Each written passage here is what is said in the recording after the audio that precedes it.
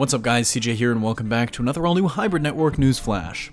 Godzilla King of the Monsters hits theaters May 31st, 2019, and along with introducing all of these classic kaiju on the big screen to a Western audience for the first time ever, it also really marks the first time that a Western studio, Legendary Entertainment, has tried to bring to American audiences a fraction of what has been going on basically in Japanese cinema for the last half century. Legendary Entertainment and Warner Brothers, in creating this monsterverse, are really trying to resurrect really what Toho had been doing for the last 60 years, a living, breathing universe. Not just one franchise, but really a cinematic universe of all of these interconnected films that came together and crossed over, really setting the stage for what we're seeing in theaters now. They're also borrowing some major touchstones from those past films, something that director Mike Dougherty opened up about this week in an interview with Japanese outlet Cinema Today, as translated by Gormaru Island, a Facebook page. Go show them some love. Specifically, it looks like the character of Mothra is going to be heavily influenced by past iterations of Mothra in a major way, which we'll talk about in just a second, but also the monsters themselves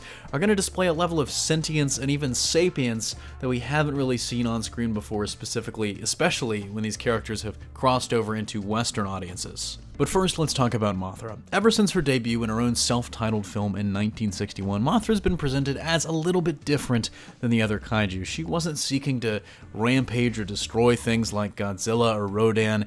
Instead, she actually was just a protector, a guardian. Even in that first movie, all she wanted to do was secure two natives that had been taken from her home island. And even from that earliest film, one of Mothra's cornerstones as a character is that she's worshipped as a god, a deity, either by the people of that island or potentially many, many more people, and that's something that Dougherty is bringing to the film. In that interview with Cinema Today, Dougherty said, "In past films, Mothra is presented as a guardian god and was worshipped by little twin fairies and humans, which symbolizes that mankind and monsters can coexist.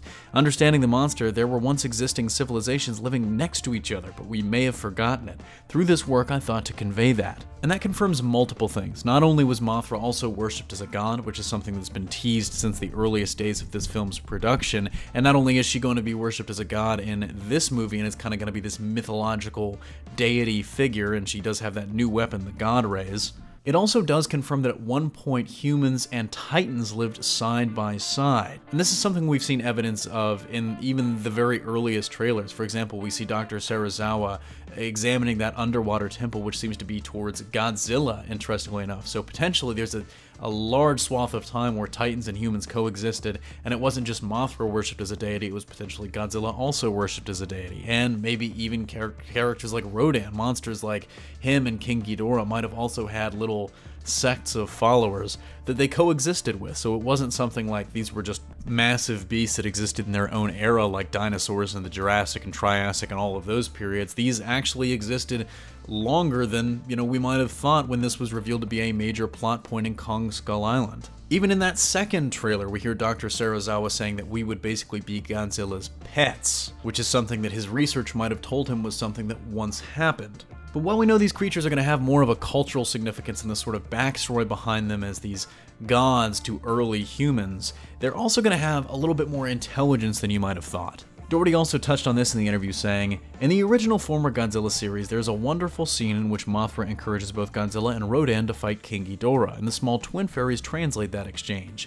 Looking at it, the monsters exhibit individuality and intelligence, each one having different viewpoints and ideas about the human race. Even in my movies, the monsters that just seem to bark actually have emotions, thoughts, and feelings. I wanted to tell as much as I could as I continue to tell the crew that they're not just monsters, but living creatures with character. So while the creatures definitely were once worshipped, they're also going to have this level of intelligence. They're not just monsters rampaging, they actually are living beings with thoughts, feelings, emotions, and kind of complex reasoning for doing what they're doing. And it's going to be really interesting to see how that's all incorporated, but it is very interesting that Dougherty mentions verbatim the events of Ghidorah, the three-headed monster. The original appearance of King Ghidorah with this movie, King of the Monsters, seems to be kind of at least loosely based on, especially given the fact that the kaiju we see in that film are also the kaiju we see in this film. But let us know in the comment section down below what you make of this news. Are you kind of liking this new take on these creatures, kind of expanding out of the original backstory for Mothra in the Toho films